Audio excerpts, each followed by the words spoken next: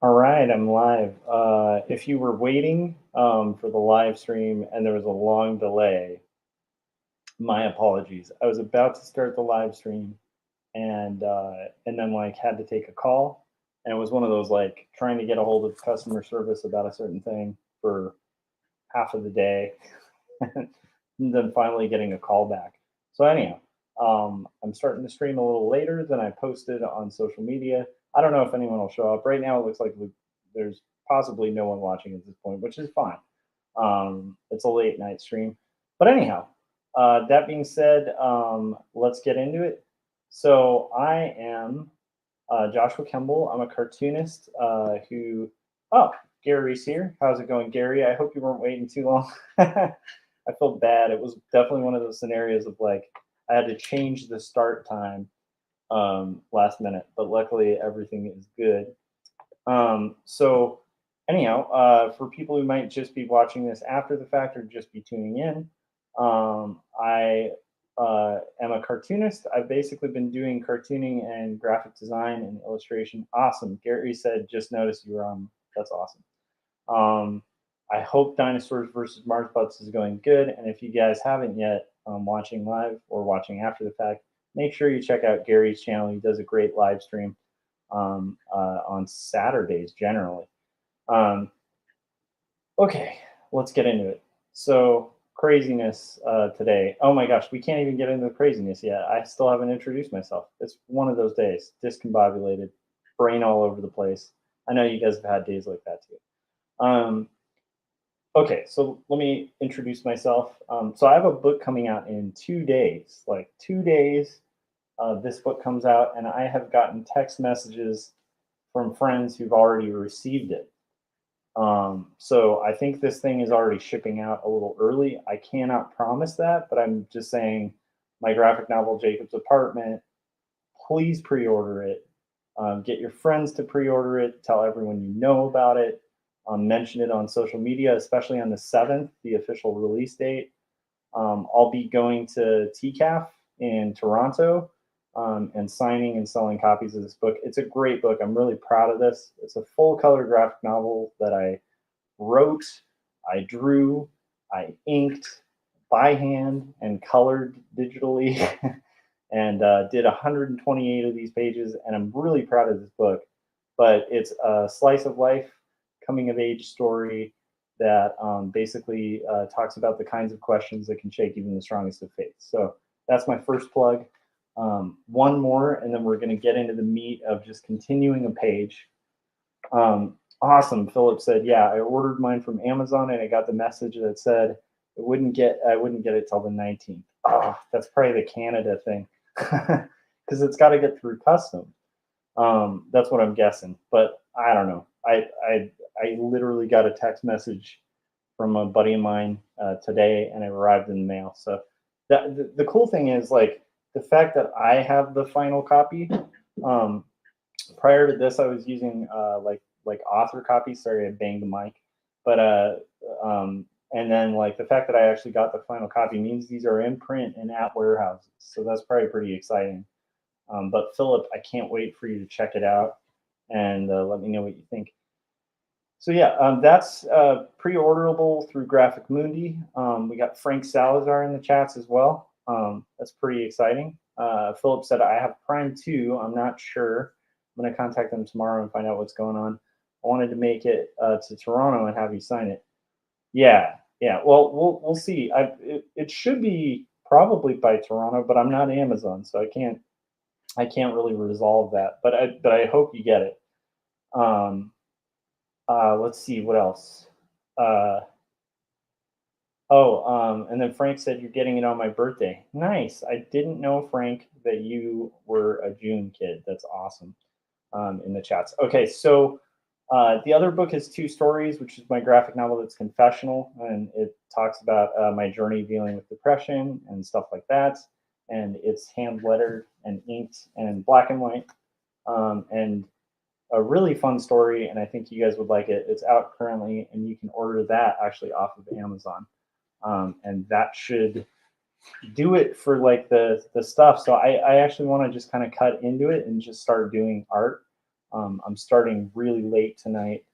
We've had a crazy weekend, one of those weekends that just had like a curveball thrown at us. And then last minute, we just kind of had to make up for it. Um, so I haven't had any art time like all weekend since Friday, but I have made progress. I did carve. Frank said 2 stories of pain. 1 story, 2 stories. I love that joke. That was Jim Lujan. I got to give credit where credit's due. He was saying like, and I think, or was that you, Gary? I can't remember who originated that joke of like me basically going up to people and being like, "Hey, have I showed you my 2 stories? I got 1 and 2." Anyhow, so with that being said, let's get into coloring. So here we go. Oh my gosh, it has been a discombobulated day. And we'll get into that too while I color. So just so you guys know, this is stuff I got done off stream. I was working on this a little bit during Artcasters, and then I wrapped it up on Friday. And then I started doing, actually, I didn't wrap it Friday. I'm sorry, I wrapped this up during Artcasters. Then Friday, I'm at work working. Well, let's get into, first I'll explain what I'm doing. So I'm going to just basically, while I'm talking, work on this art. We can all work on art together. That's half the fun of these streams. Oh, and then Frank was filling me in, saying it was on Gary's channel, but I think it was Jim who made the joke. Yeah, that sounds like a Jim joke, but Gary's a pretty sly one when it comes to humor, so you never know. You gotta keep an eye on that Gary. He can be a very slippery fellow. Okay, so let's get into it. So I'm basically going to just do flat colors, and that's what I'm doing right now is like making selections, and I have a ton to talk about. So nothing super exciting, just life stuff. Like basically, I'm at work. We're having like a really pretty busy day, and getting through it, and kind of things are going okay.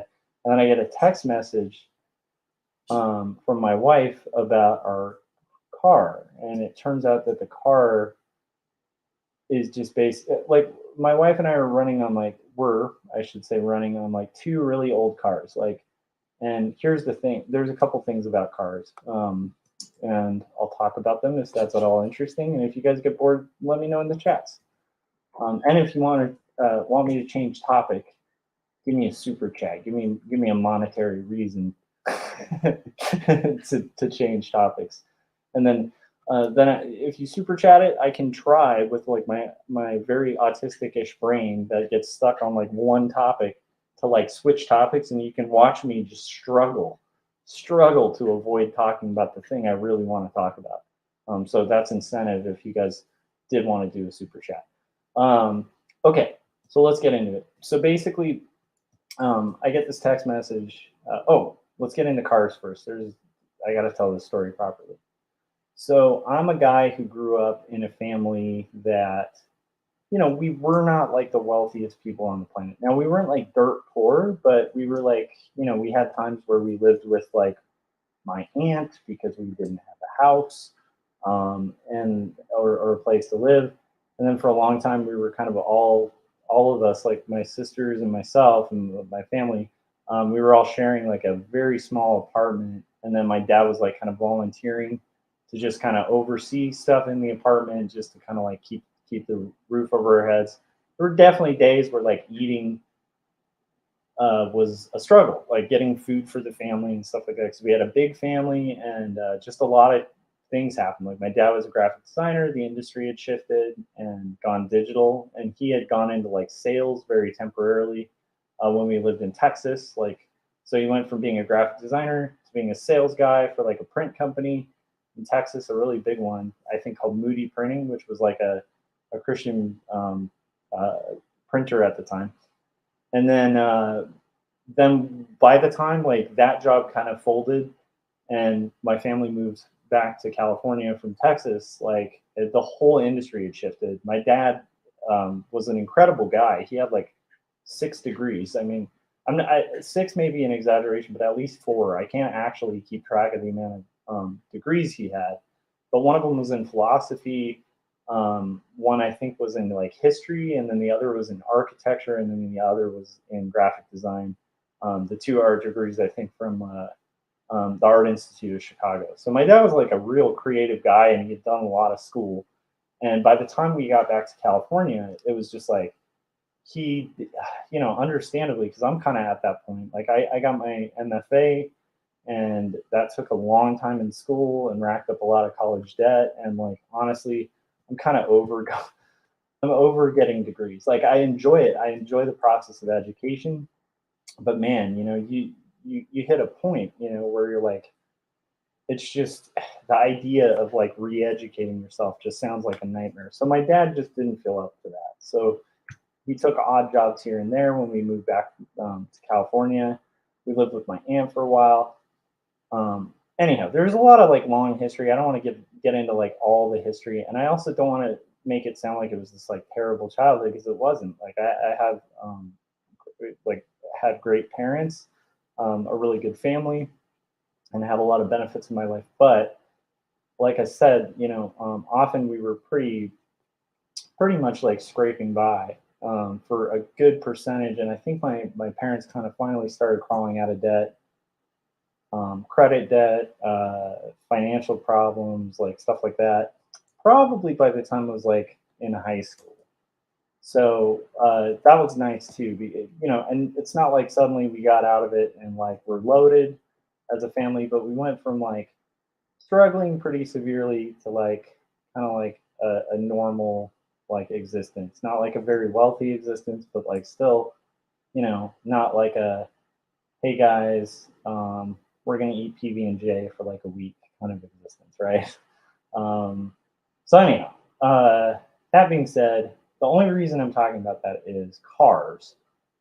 So as a young kid, my family used to buy used cars like all the time. Like as I was growing up, they just buy used cars, and then these cars would always break down like very quickly. They wouldn't last more than a year, and then it's like this big to do, and we have to like get another car or like be carless for a really long time. And like this just constantly happened. It was like a story that I witnessed personally a lot in my lifetime. And because of that, like, when my wife and I were first able, we bought a new car, and we bought it and we paid it off, and we used like a technique. We're not wealthy, so I'm like, partially because of that growing up and stuff, I'm kind of a haggler. Like I do a lot of haggling for deals and good prices and stuff like that. You guys will know that about me if you watch this channel, because it's like, dude, it takes me like a week to buy a guitar because I'm like haggling down the price. Like, and I'm not necessarily great at it. Like, but I always get a deal. Like I may not get a great deal, but I'm gonna get a deal, and I'm gonna get an okay deal. And generally, it's a pretty good deal. But I'm also not a moron enough to think that like I'm walking out of these negotiations without somebody winning and me winning, because that's just bad dealing, right? You don't want to negotiate with people for like good prices on things without like them getting like compensated, right? Because then you're just stealing, you know. But anyhow, my point is, we decided to get a new car. We used the old tactic of paying down a car payment early, in the same way that my wife and I got out of credit debt. And that's by like basically we'd like put like $10 or $20 over, and it's funny because I had a friend. Now I'm not saying this as advice, right? And I don't want to sound like that. So a long time ago, when my wife and I were like buried in credit debt, and we are by no means like, we're definitely out of credit debt, which is wonderful, but we're still like, we're artists, so we're like not living these like ridiculous opulent lives. But but we got out of credit debt, but I do remember, and I don't want to be this person. I do remember when my wife and I were really struggling. We were in the thick of it. We were like buried by like over, I think it was over like $20,000 or $30,000 of debt. It was crazy. And maybe to people out there, maybe that's not that crazy, but for credit cards, it's like a pretty big debt. And it was all like, I'm even talking about a lot of that stuff in Two Stories book too, because a lot of that was like debt accrued from me being uninsured when I got like jumped and beaten in Long Beach. It's like this crazy thing. So we racked up like these medical debts that were just like insane. Have insurance, you guys, especially if you're freelancing. Just saying. But anyhow, so um, I remember like we had all this debt, and then like I remember a friend of mine was like, "Oh, it's really easy," and him and his wife made like tons of money. And he was like, "What you do is just don't spend that, that extra $500 you have. You just don't spend it on things. You just kind of like put that toward your balance, and then like it pays itself off. Like, and you say, hey, pay it to the principal balance, and then like within a year you're out of credit debt." And I was like, I don't what extra $500. Because we were like, my wife and I aren't like big spenders. We aren't like going out and like shopping all the time. We aren't buying like Starbucks every day. Like, we don't really do a lot of those like stupid things. Like, and I don't mean that they're bad things. It's just like a lot of people when they need financial advice, it's because they're making like crazy, ridiculous expenses that are unaccounted for, right? Corey Corey understood that. He was like, "Ha, extra 500."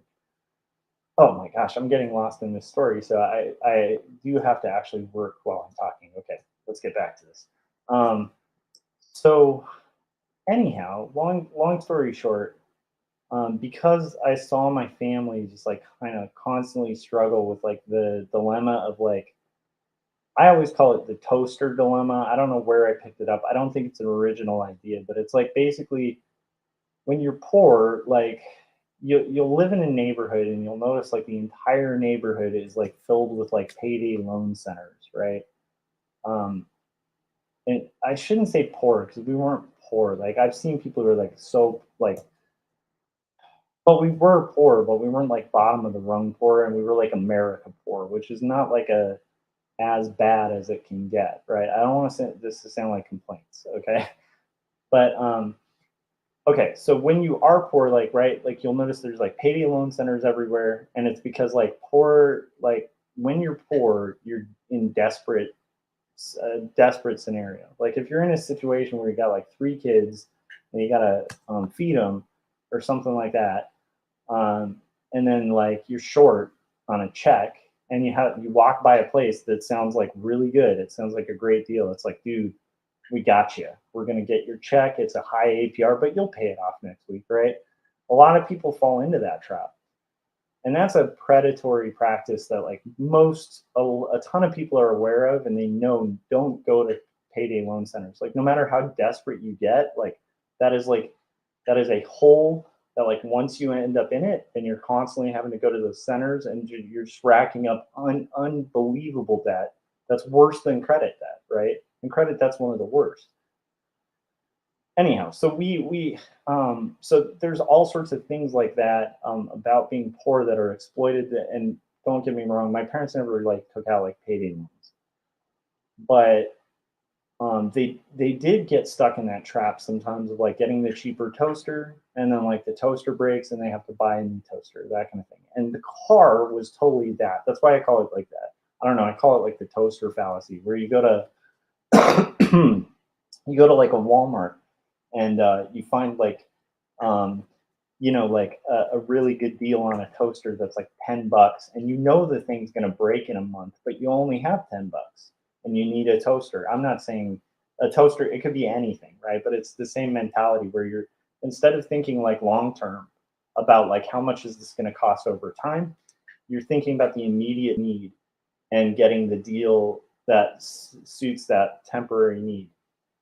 And then in the long run, you're buying 50 toasters instead of buying like, the $40 or $30 toaster, and then not having to replace it for like 6 years, right?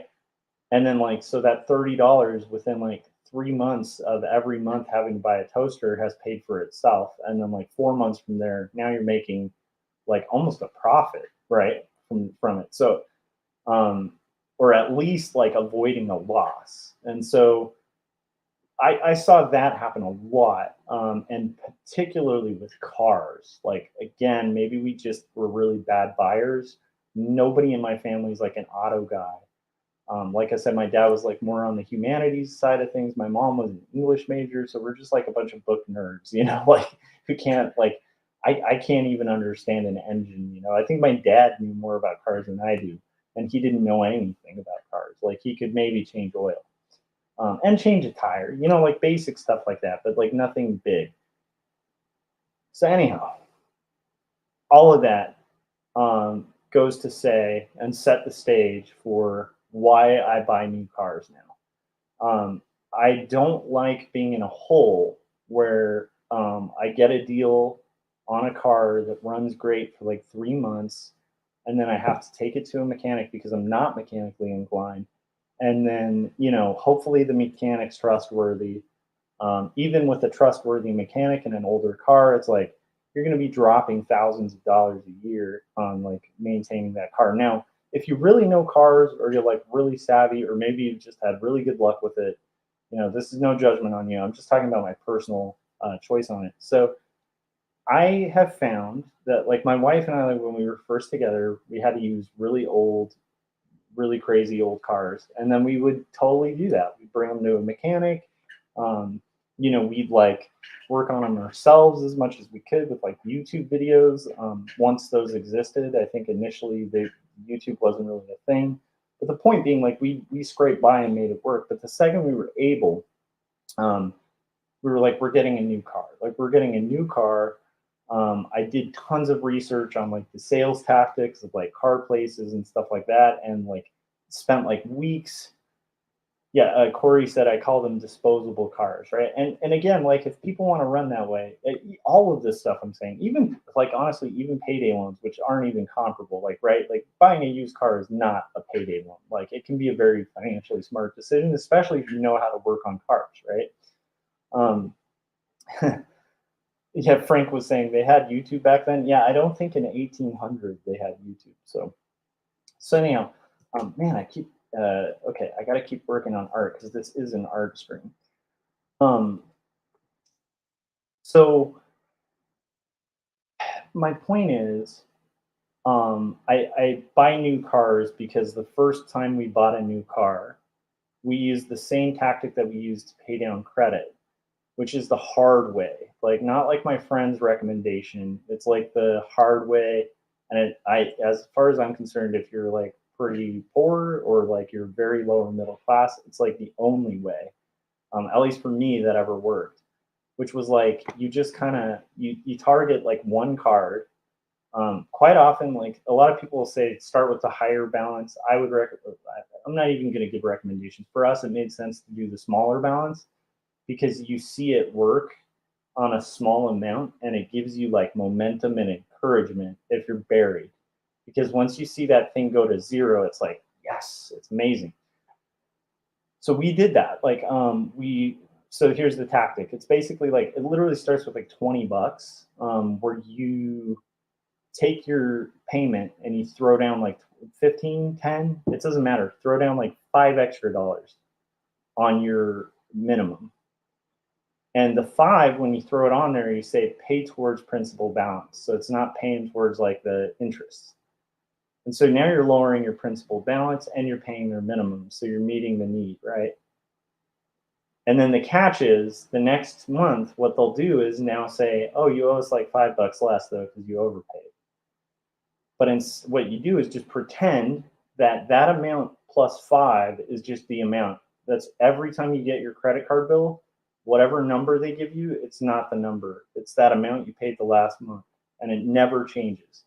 And it makes your life a living hell for like until you're done with it, because you're having to like penny pinch, and you're usually paying just the amount you can do, just like the $5 you can do, the $10 you can do. But you start seeing that number go down, and it goes down like exponentially. It's like exponential growth, because like the 5 becomes like 15, becomes like 45, becomes like 100, becomes like 1,000, and it happens fairly quickly, like a couple years. And we did that with every card, and we got out of debt. Same trick with new cars, and this is how it's been a benefit for us. Is like we'll literally like make a deal. When I make the deal on the car, I make sure that like first off, like the down payment isn't going to cripple us, because I need money in savings, or at least need to know that I'm going to have the ability to pay more than the monthly that we've worked out. I'm also really paying attention to APR. So I'm negotiating that. I'm talking to my bank first to get a personal loan that has a lower APR. So I have some negotiating strength before I go into the dealership. And then I'm kind of working through it. I don't want to give the whole dealership thing. There's people out there with way better advice on how to negotiate with dealerships. And I know at some point I'm getting made at some point by the salespeople. Like the dealer always wins. Like a car dealership is like a casino. You never win a casino. Like any winning you get at a casino is going right back to it, right? It's the same thing. Like the house always wins.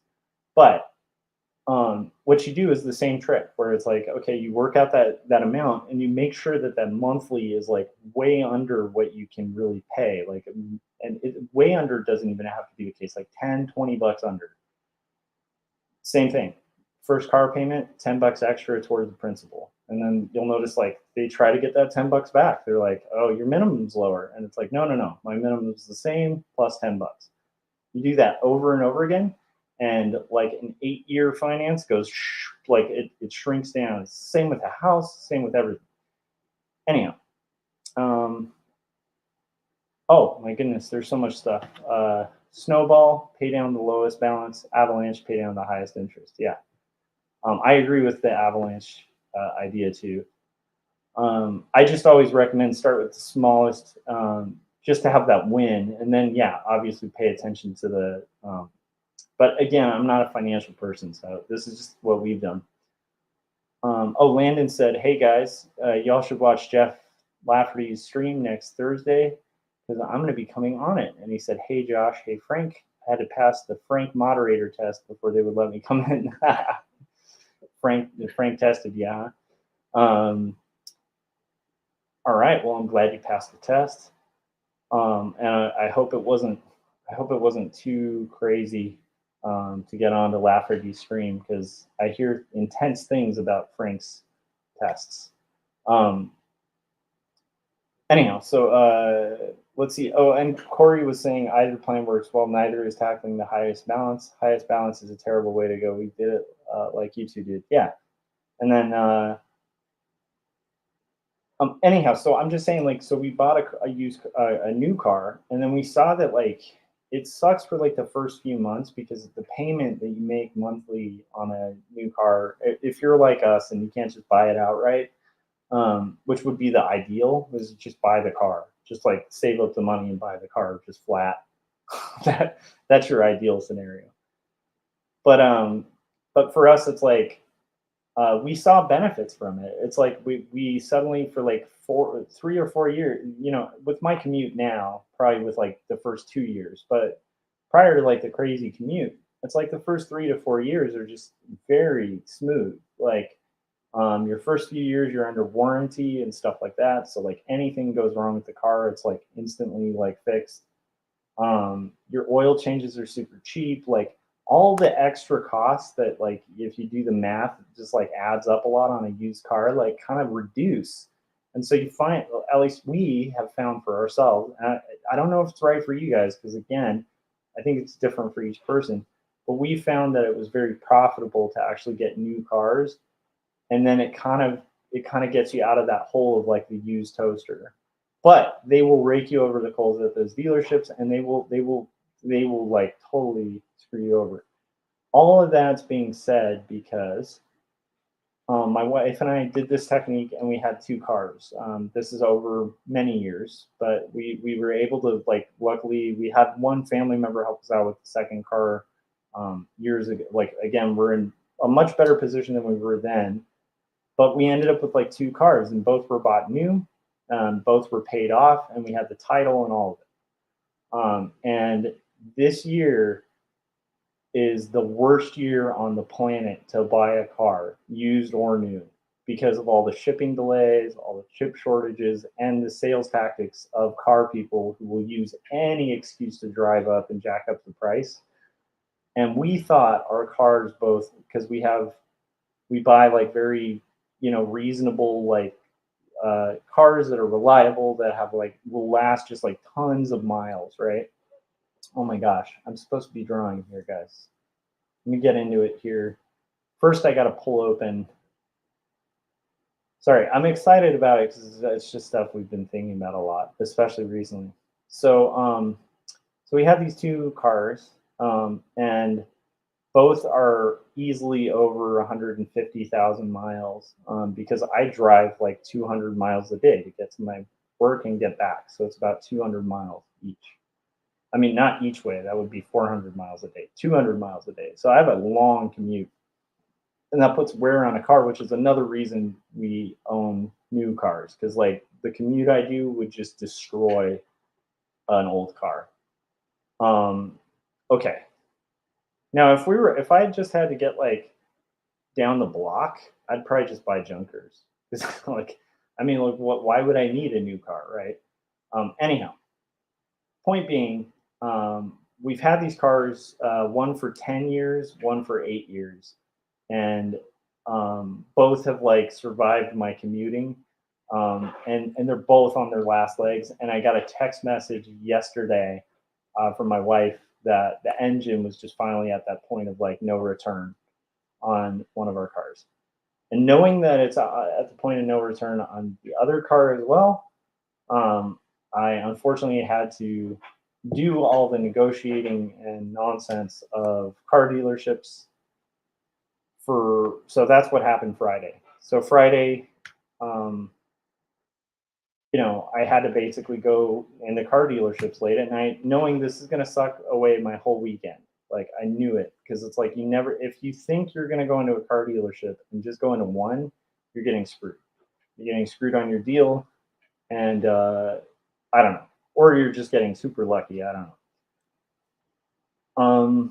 Okay, so Friday night, go to a dealership, do all the negotiating stuff like that, straight from work, right? And again, you sit down, they do the four square, they think they have you because you're in the building and stuff like that. And you have to be willing to do that if you're going to negotiate. And then I walked, because you have to be able to do that. Like if you go to a dealership and you can't walk out, you're not going to get a good deal. So I had to do that over and over and over again. And it was literally all night Friday, got home really late. And then Saturday, um, got home like, so I started my day at like 6. I went to like multiple dealerships, did a lot of sit downs, did all the rigmarole where they're pretending like that it's like a good cop bad cop situation with their boss and all that stuff. And finally ended up getting a good deal. And we used trade-ins, to get the deal, knowing that we're getting paid a little less on the trade-in, but it does spare us a lot of, um, because if you sell on your own, like you're going to get a much better value on a used car. But again, like, it's like with what cost? Because again, I'm in a scenario where I got a 230 page book and now I've lost a weekend, right? So, anyhow, I'm rambling here, and I will get back to like reading the chats and stuff. But long story short, I ended up having to trade in both cars. One which like a mechanic literally said was dead, but because of the market being so bad right now for new cars, because like there's no stock, it's accelerated the price of used cars. So even if we wanted to buy a used car, um, and this is research I did like far before this happened, because I knew I had a just gut feeling like, hey, this is going to happen probably pretty soon, because you just kind of feel it on your car. It's like you start having oil changes that cost like, pretty much every oil change is gonna like, you're gonna be dropping a couple grand. Like that's about the point where like, you know what I mean? You're getting close to that point of no return. But then when you have mechanics who like, and again, maybe I'm mistrustful of people. I think there are good mechanics out there, but mechanics they have an incentive to tell you that stuff needs to be fixed or can be fixed that can't, or like rack up things or like rack up the bill. When a mechanic literally is telling you like there's just no, like this engine just absolutely needs to be rebuilt, um, that's about that time, especially when you're driving 200 miles a day. So why am I rambling? I guess my point is like, so I ended up trading in the cars, getting some value for it, getting a pretty fair rate, getting that amount that's monthly where we can pay that extra amount, and getting a brand new car that's going to get me the commute. And we're going back to a one car family for a little bit. And we're going to be keeping an eye out for, a deal on like a second car as time allows. So it sucks because it's like we were a two-car family, but they were two cars that were both new, within about 4 or 5 years of each other, and just kind of met in the middle at like the um, crazy commuter world where like both mileages got up in the high area. Although I will say, buying a good car that's like for me, like my favorite stuff kinds of cars are Nissans. Nissans are kind of not the very best. The best would be like, and I'm just talking for like middle class poor people. It's like Honda, um, Nissan, or Toyota, right? Like those are really pretty good cars. And the thing is, if you get like a sedan or something like that, like honestly anything Honda, but most cars like in those brands will like last you like 200,000 miles, and that's where they start kind of crapping out. And with a Honda, sometimes they'll go to like 250. It's insane. Um, so like those kind of cars are great if you are like me and you drive just like, I mean, I spend hours of my day just driving in traffic, which is, again, I'm not complaining. It's just like I like my job and I have to commute to get there. But anyhow, that being said, I would have far preferred, um, like, while I'm like okay at negotiating and stuff, I would have far preferred to like be at home working on comics, and I'm so glad to have that done. But I also like when I was approaching it, it's like, man, you got to be aware of all the tactics. Like they're going to wait you out. They want to make you have a sunk cost fallacy of just time. Like that's the biggest thing with dealerships.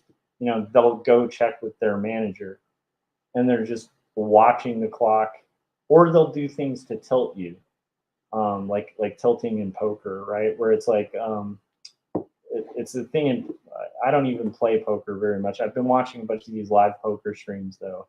And the tactic in poker, if you're a pro player, oh my gosh. Okay, first I want to get to remind me poker guys in chats, but I'm going to get to the chats real quick, and then I'm going to also continue doing art, which is the whole purpose of this stream.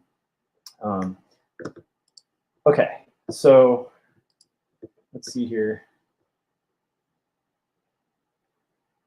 Oh wow. Okay, this is pretty cool.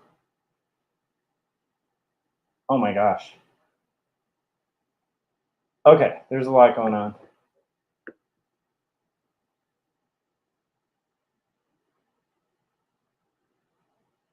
Oh, okay. I think Frank said something about the trailer park in Jim Luhan's. Oh, Corey's. I think Corey has his name on a trailer park. I can't remember. But he said either Frank, I saw that too. Good old trailer park. And then Landon said he appreciates going through the intense screening process to get onto Lafferty's stream. Frank was saying Jim had a ton of references this time. At least I noticed more of them. And then he said, I am pretty intense. Artcaster fame goes to my head. Oh, was it Salazar's?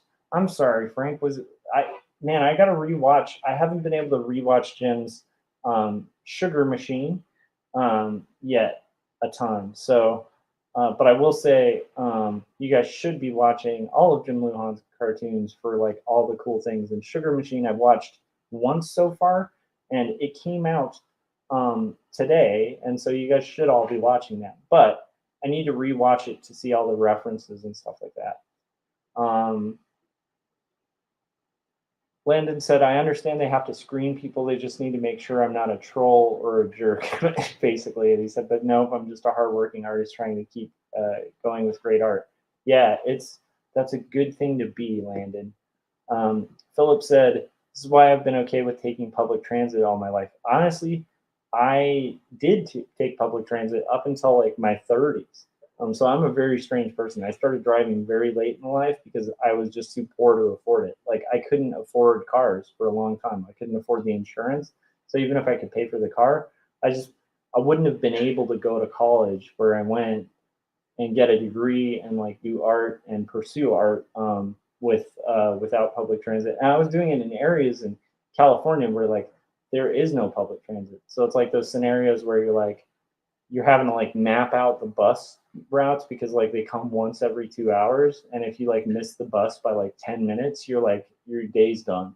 Like you've lost like 2 hours, and you have to literally bum around there or go to like anyhow. So I did that for a long time. I respect public transit, and I even more than that respect public transit in areas where it's built for public transit. I think it's lame that like we don't have a good public transit system in Los Angeles. Like it's just not a great system. The bus system's not that great, and I think by design, right? Um, but yeah, public transit's awesome, and it does save you a ton of money if you can do it. But busing is really rough, and also there's a cost to that. Like um, now that I've been driving for a decade or whatever, it's like I can't believe it's like I'm not saying it's not doable. It's just shocking, like to think back on like all the work that goes into mapping out like public transit in like LA in the LA area. Um, anyhow, uh, and then Frank said, "This is Josh's way of saying he has a brand new Mercedes Benz." No, we got a Honda. We got a 2022 Honda, and it's just like a we lucked out in the sense that it was on the lot because like right now again it's the worst time to buy a car, and then there was a lot of negotiation and stuff, but no, it's just a Honda. We just want a car. I just want a car I can put a ton of miles on, and that's actually beneficial too because I'm not like a bells and whistles guy. So like when you go to dealerships, they're always like, "Oh, do you want these add-ons? Do you want these things?" And it's like, I don't want anything. I want a car with wheels and an engine that's going to run about 200,000 miles. That's all I care about. None of the other stuff matters. Safety is good, but I look up the safety ratings before I go into a dealership, so I know what I'm dealing with. Because it's like if it's an unsafe car, I'm not going to buy it. But yeah, anyhow, so but I will say anytime I've had those moments where my car dies, there is like a brief time where I'll like look at like used vehicles, like I'll look at like a Miata or something and be like, that looks kind of fun. But I'm not like really a car guy, but I'll admit I have had moments like that where there's the thought and then I'm like, wait a minute, that's totally unreasonable. Landon said, I don't know if I'm as good of a conversationalist as Gib, but my intentions are good. Gib is rad. He's hilarious. Dealing with car dealerships can really be a hassle. Yeah, it's tough, and I think that like the thing I always keep in mind is it's business.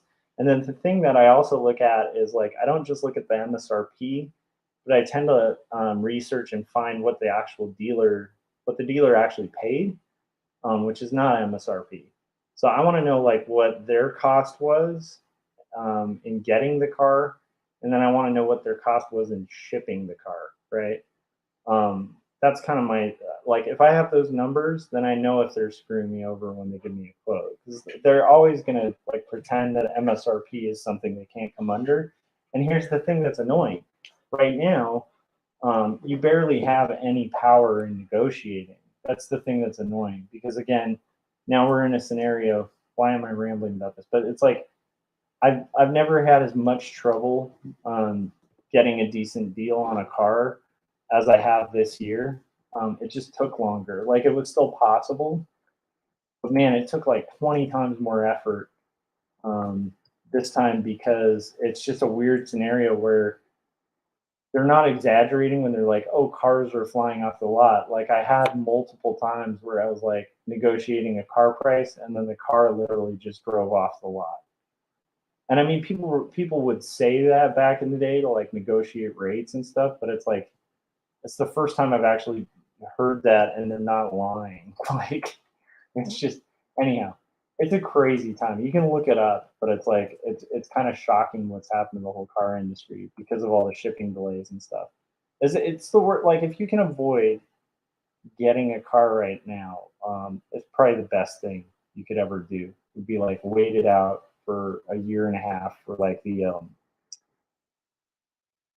if you're in a scenario like that, if you can somehow, like if you don't commute 200,000 miles a day and have your car die this year, then yeah, like you probably would be better off putting it off for like a year and a half till the shipping is reopened and stuff, and you'll probably like get a much better rate on a car. But anyhow, I look up all those solid numbers so that when I'm going there, they're going to put on the whole good cop, bad cop thing where like the sales guy's the good cop, right? His manager is the bad cop that's saying, oh, we can and can't do that, or oh, I'm going to give you the best rate. And also, it's a tactic to get you to wait so you get more tilted. There's a lot of like subtle things they do. Oh, we were going to talk about tilting, but I'll get into that after. Um, but yeah, oh my gosh, I actually lost track of where I was going with that. But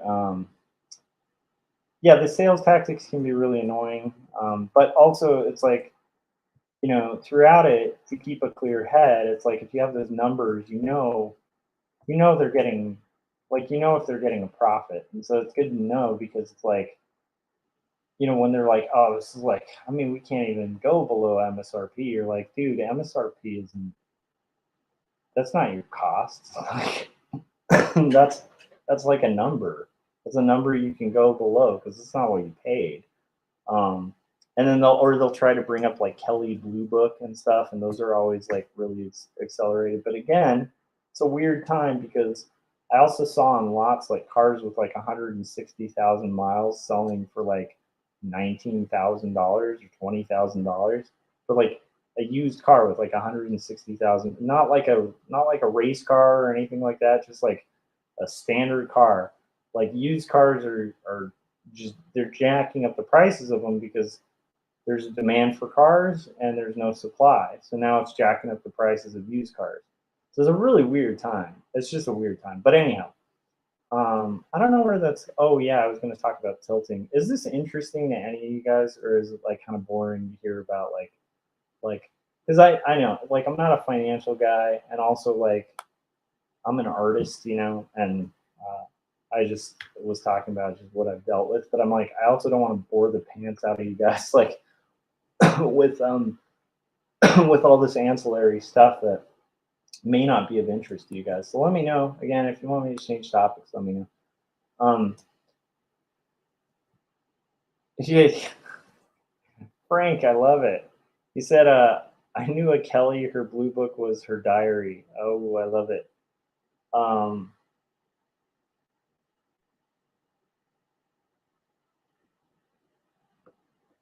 oh my gosh, there's so much good stuff Landon's saying.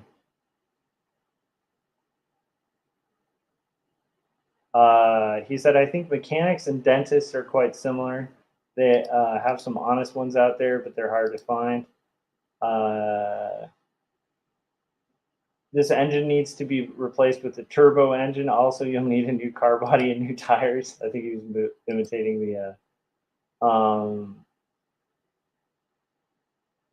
What else did middle class poor people that own cars? Most people in third world countries don't own cars, as far as I know. Yeah, most people actually. This might be a California specific thing because like I think that at least in Southern California, like it is one of the few places in the world where like if you want to eat, you need to drive. Like, and I mean, you can get by commuting, but it's like it's probably the hardest state I can imagine in the world to like exist without a car in.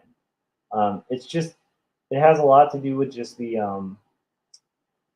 way the state is built and the way that the income levels are here. It's just like insane. So like California is a really unique place, but it's like I have so many friends who like lived in Chicago and never owned a car.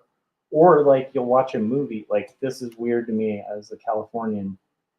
Like I'll see a movie or a TV show that takes place in New York, and it'll kind of make it like a big deal where it's like this guy has his license and we're going to take a car. Like, because in New York, like owning a car is just like, I don't know if you need to own a car in New York, you know? So keep that in mind too. It's like I'm a Californian, so cars are very specific to California. Like you kind of have to own one, which kind of sucks. Um, you don't have to like own it outright, I guess. Maybe like, lease it or do whatever. But it's like getting by in California without a car is like it would be like trying to be in the middle of the ocean on a boat that has no motor and you have no paddle. Like at California, your paddle, your motor, that's the car. It's annoying though. I kind of wish it would change. I wish it was different. I, I'm not married to driving. Again, I was one of those people. I started driving like really late in life. Um, okay, I'm going to talk tilting real quick. Although I think Frank did have a topic change thing. Um, yeah, Frank was saying I walk. So you lost me at car, but it's interesting to hear your advice. Yeah, I mean, like again, I'm surprised, but I did exist in California for a good 30. I think it was like 30. I can't remember if I was like I can't remember the age where I got my license, but I think it was in my 30s, which is, again, like for anyone in Los Angeles, if I tell them that, they just think that's insanity. You just, you know, but again, like, you kind of do what you can. Um, you know, but anyhow, I relate, Frank, and I've been there. Um, but anyhow, so another thing, and I think this is valuable even outside of cars. To think about this when you're dealing with business. Um, but car dealers do this a ton, and it's funny, but it's like I never had a word for it, and then I think I've mentioned it. I've been watching. I don't know why, but like when I've been penciling comics, I've gotten really into the live streams of like Hustler gambling and casino, which is weird because I don't even gamble. Like I don't like gambling. I don't. I'm not saying I'm against it. I just don't personally think it's the smartest choice. And like I'm not. I don't have money to gamble with, so why would I gamble? But I do like watching it. And one of the things I like watching about like really high stakes poker um, is the guys that are like real, like actual pros in poker. It's a much more odds game than like gambling. Like it is gambling, but it's not really gambling. I don't know if that makes sense. Like they crunch the math so well that it's like if you go in and you're gambling, you're their favorite competitor because you like if you go into like and I think the game they play is Texas Hold'em, but if it's like if you went into Texas Hold'em, like if somebody like me, I'm terrible at math, right? If I go and play Texas Hold'em against a pro, he might let me win a few hands, but like I'm dead. Like by the end of that night, he's gonna take my money unless there's a real gambling situation where like a freak occurrence happens and I happen to win. The odds are way against me, and it's not normal gambling odds like when it comes to like Texas Hold'em because the guys that are really good at it, they literally know every statistic and odd for every set of cards they get. They're ruling out every card as one is revealed, and they know their odds before they play it, right? So they're playing the odds. It's still gambling, but it's like way less gambling for like the pros and people who invest like their lifetime into it than for somebody like me.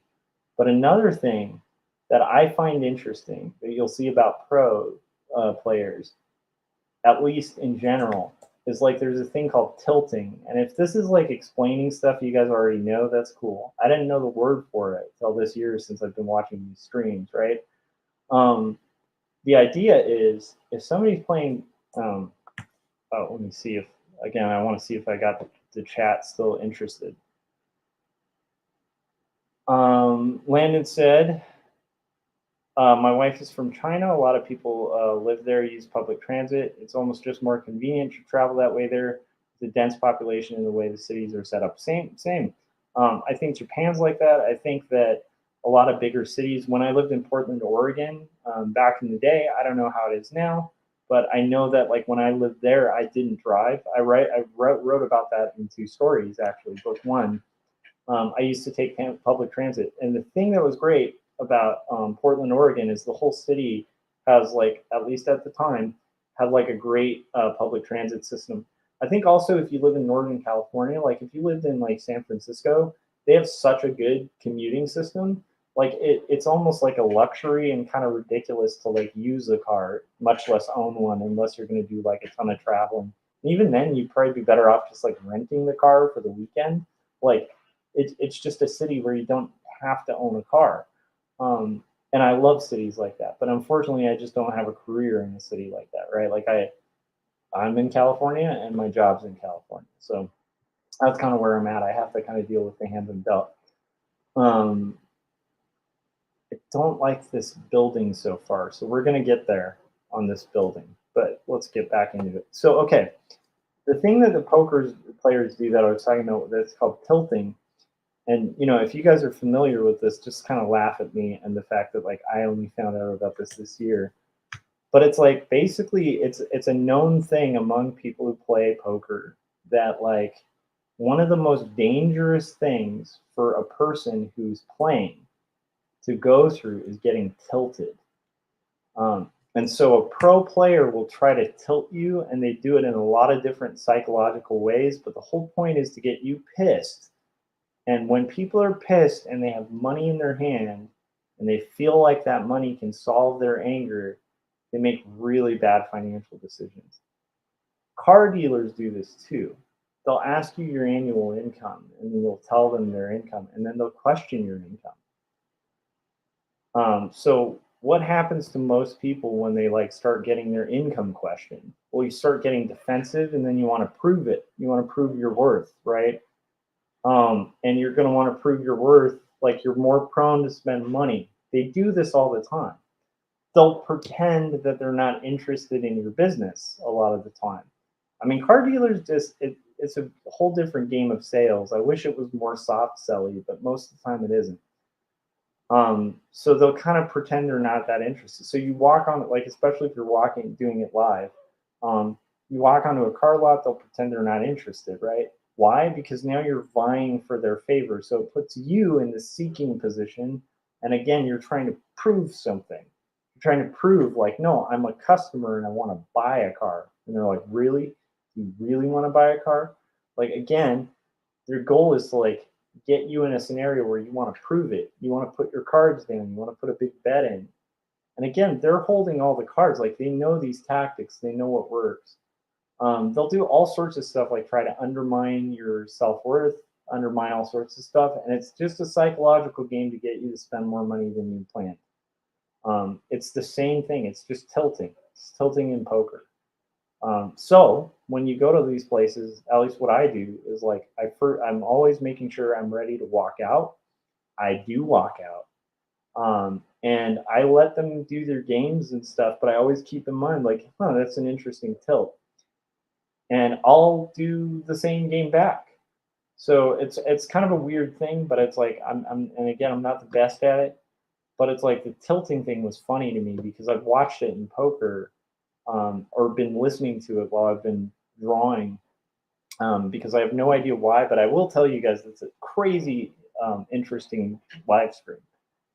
It's an interesting thing to watch people just bid with like ridiculous amounts of money and like watch the pros, like guys that are just really good at it and they're running the odds. They make it look casual. They'll try to make it look like luck. They'll try to get people really pissed off so they feel like they have to bet. And you see it work. Like you see somebody get really irate and pissed and they'll lose like tons of money in like an instant because they got tilted. So that's something about tilting that I noticed. I was just saying, like, if you ever deal with like a salesperson that's like tilting you, they're trying to get you mad. It's not the best side of sales, but it's definitely a tactic and it's something to consider. I don't know. At least for me, it was fascinating. If you guys find that boring, I don't know. I don't know what to say. I'm pretty boring. um, Oh yeah, Gary said Phoenix area is the same way with like cars. I'm guessing. Yeah, it's the other thing is like you got to realize like we're in a hot area of the country, like, and so like like in Phoenix or what Phoenix, Arizona, man, if you're walking places, yeah, I don't know if you'd survive. Like in Phoenix, like I mean, the AV gets hot, and I used to walk and bike to work and stuff, and I used to bike to college, like my bachelor's degree. The whole time I was getting that, I would bike from downtown Long Beach to Cal State Long Beach, was like on the whole other side of Long Beach. So it was like pretty long stretch, like all the way up like PCH and just yeah, like long ass bike ride. Not in the best neighborhoods either. Again, I talk about it in two stories. Book two, a little bit about too some of the problems with that. But yeah, Corey said we were a one car family for years. You don't need a car here in summers, but you're taking your life into your hands on a bicycle. Yeah, exactly. Photoshop. Oh, Rick Sky, Alex Rick. Hi, all. Uh,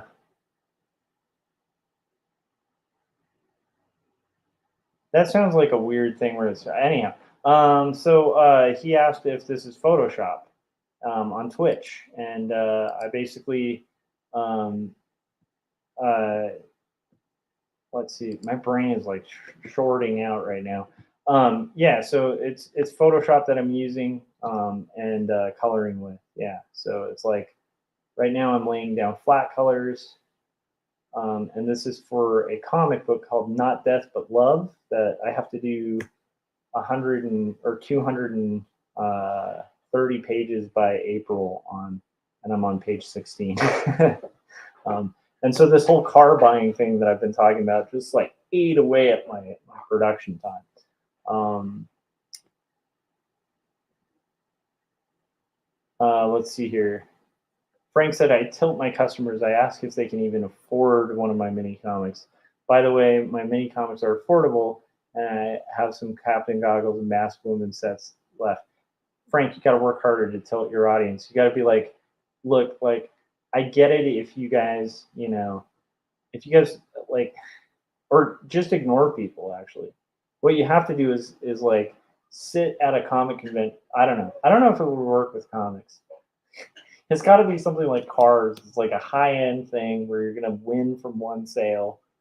But I could imagine that working at a comic convention, where somebody comes up to your booth and you're just like, I don't know, like just pretend you're not interested. And then you get kind of like, hey, I'm a customer. I'm kind of interested. And they're like, I don't know. Do you really want to buy a comic? Like, you don't look like a person who's going to buy a comic. I think if you tried that with the comic community, I think you would just have people like murder you. Like, I don't think that works in our field. But it is funny, and the tilting thing again, like when I see it, like again, I call it out too. Corey said that he just calls out sales tactics out loud by name. And that can be a problem too, right? Because they can use that against you. Like if you think you know the tactics, then they can kind of feed you ego on it and be like, yeah, you really, wow, you have me found out. You know what I mean? Like it's it's so tough. It's just a tough thing. I just hate dealing with it. And I felt like I dealt with some okay dealers, but I'm telling you, they would have taken me for, I would have lost a substantial amount of money had I not gone into like negotiating with it. Anyhow, that's just been on my mind, but I do have to knock this out. And also, we're at the hour mark. So, ladies and gentlemen, I want to hear in the comments how you do commute and how you guys deal with like how's your public transit locally. If you guys are in a car related area, do you guys buy new, buy used? What do you find best? I don't know. It's crazy. It's the life of an artist is full of weird challenges, and like I feel like for a lot of people in the middle class, maybe the car thing isn't a big deal, but like for somebody on like an art, like in the arts, it's like, man, that's not a fun amount to have to make happen. Um, and it's not a fun amount of time when you're on a deadline on a job. But again, I have friends who are dealing with way worse things than this thing. It was just fast. It was a fascinating experience to me, and it's on my mind. So now I'm gonna play the. Oh, here we go. See, Frank's getting a little more. Okay, first let's get here. Um, Landon said, "I use my Jedi mind tricks at car dealerships. Their tactics don't work on me, only on the weak-minded." I feel mixed on it. I I I'll feel it. Even at the end, right? Like this is the worst part. Even if you get a good deal, right? There's the finance guy at the end that wants to get you. So there's a couple things you've really got to check is like make sure the APR hasn't changed, make sure the final price doesn't change, but also don't agree to anything.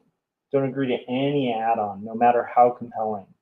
They're going to want to insure the lug nuts on the car and tell you a tale about how the lug nuts on the um, like there's this one component on this car where if you lose the lug nut, you're going to be out like 50 grand. But if you, and it's weird because you're like, wait, I'm not even buying a car that costs me. Anyhow, so they go through like this long rigmarole. They'll usually like target like one or two like of the packages they're trying to get you to pay for.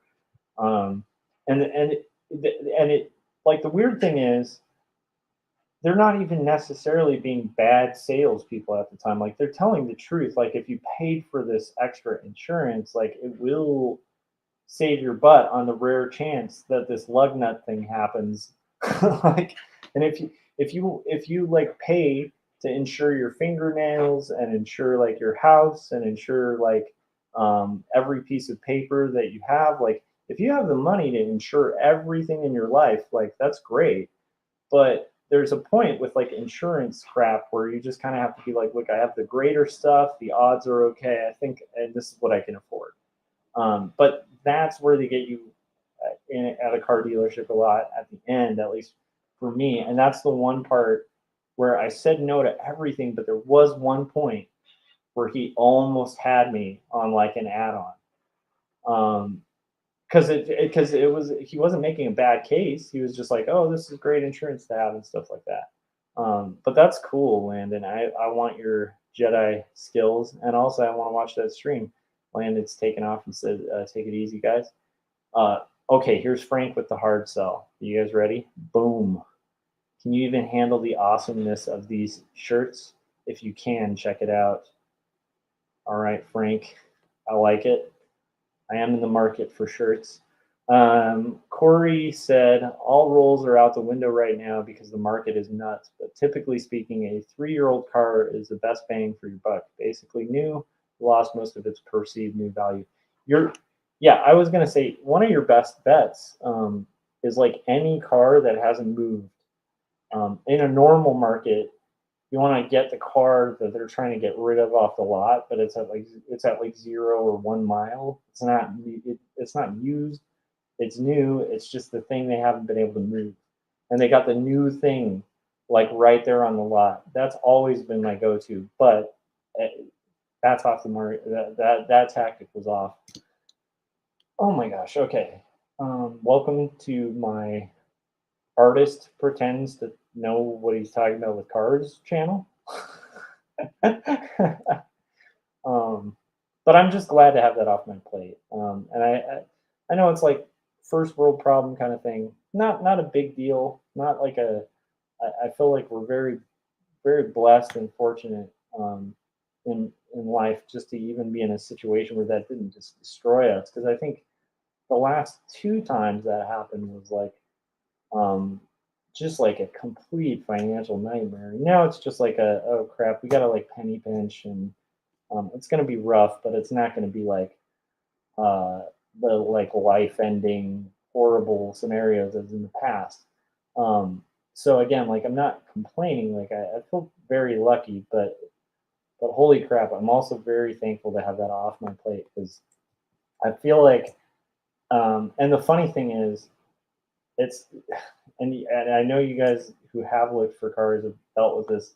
It's like almost like now there's like blood in the water, meaning it's like like I feel like sometimes, and I feel bad. Like if somebody out there is a car salesperson, I don't think you guys are all necessarily bad. I don't even think the sales tactics are always bad. And I think, when done right and people are selling a good product and you're getting people a good deal or whatever, then cool. But for me, being from the outside of it, it does feel very much like you're searching for a car. It's like that moment that like somebody got in like an ocean with like a drop of blood and like all the sharks are just like swimming around like, oh my gosh, I smell it. Because you'll get like these junk emails and like dead phone calls and all this nonsense for like a good month and a half to 2 months whenever you're shopping for that kind of thing. But I am so glad that I don't have to deal with that for much longer. I literally thought it might be another weekend that I would lose, and if I lost another weekend, then I'd be like extremely behind on my book, considering that I'm going to be doing the Canada thing. So yeah, lots of fun stuff. Let's play the trailer for the book that comes out in 2 days that I'm really excited about, and I worked really hard on. I'm sorry, I really love this quote. I penny pinch so much Abraham Lincoln starts to cry. I understand that. I mean, I have to, I think you kind of have to get through. Frank said, "Oh, Canada." All right, so you guys, here is that trailer. I'll be right back, and I think we're making okay progress. I know a lot of this was already flatted before we got going, but I figured we'll do a stream while we flat the rest of this. I'm also gonna say I'm not necessarily sold on this like kind of cream of the building, so I am open to suggestions on like what you guys think, especially this bottom panel. But we're gonna get like all the building that's behind these panels real quick, and then kind of maybe revisit that area. So we're probably gonna be streaming for like another, hour or so, and all that fun stuff. So I do think this is gonna work out and be pretty cool. No idea what happened. Oh my goodness, my stream just kind of blipped out for 2 seconds. Okay, guys, here you go. Let's watch this amazing stream, and then I'll be back. And this is gonna say a different date. I think it says this May, and it's actually tomorrow. Not because it's already noon. I said it comes out in 2 days. This comes out tomorrow, guys. It's officially on the market and not on pre-order tomorrow. I don't know if that means it's in stores then, but that's when it's officially released. I think it will be in stores though, and you can request that your local store carry it. All right, I'm rambling enough. Here's the trailer, and then we'll finish up the. I'm gonna refill my coffee, and we will finish up the flatting.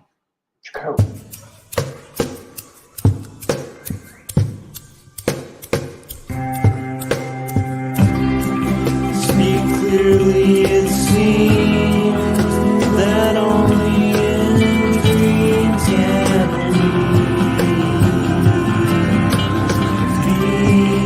these things we've seen and walk around breathing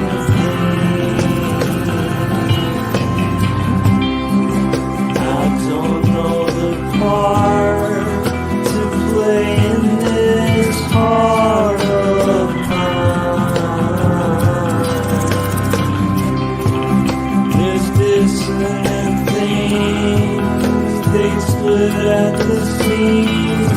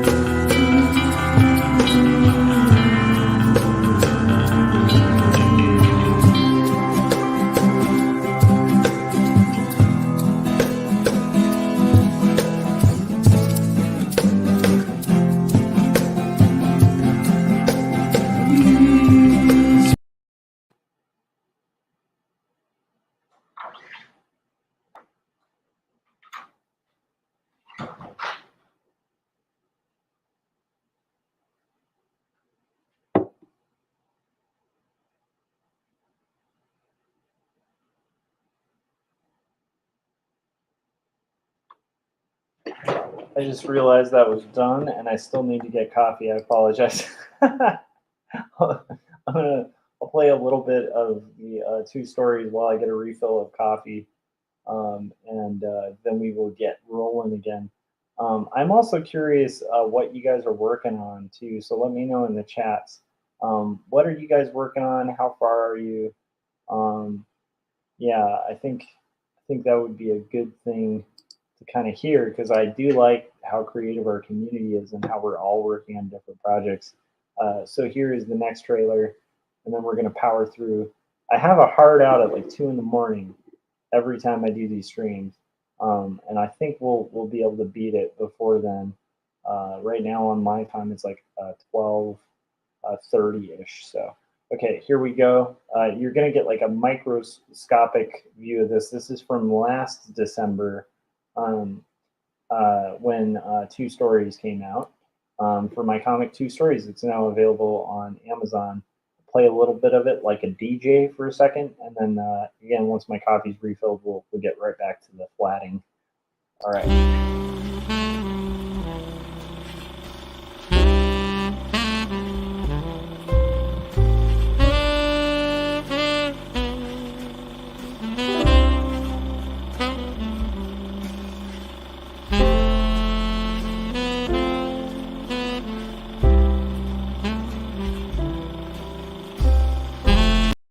Okay, that's all you get. We'll play the rest of that trailer next time. Anyhow, so okay, let's get into these flats. And I am kind of curious what you guys think about the creams on this like bottom half here. I don't know how to feel about them yet. I'll widen that out too, so you guys can kind of get a better view. And that should work. Okay, hopefully like my audio is working okay too. All right, so I think here I want to actually look at the color of the building because I don't know if I've done the building from that high up. Let's see, that's one place we showed the building.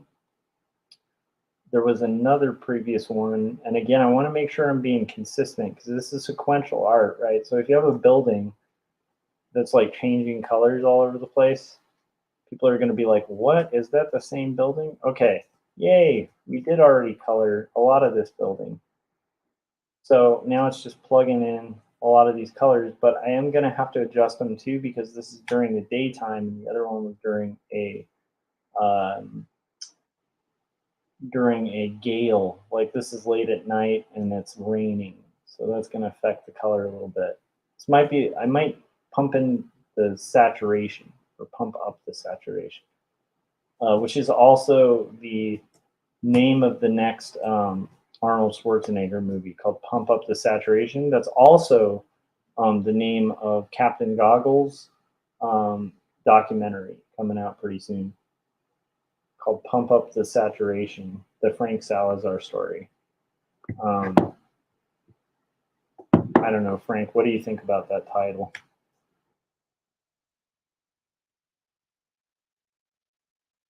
Frank said, I made a Captain Courage sketch card for a kid at church. That's awesome. That's one thing I like, Frank, is that you make stuff that I think like kids would dig too. And I like that you kind of like, I don't know, take the time to be like nice to kids and give a good name to comics before you like take them into the dealership and you're like, let me speak to my manager and see if I can get that rate for you. I'm gonna see what I can do. I mean, this Captain Goggles comic is, I mean, you're asking for me to like make a complete steal here and screw my bottom line, but I'll see. You got to give me a number on what you want to pay for this Captain Goggles comic. And you're like, well, I mean, I just want to know like what does the Captain Goggles comic cost? Well, I can't.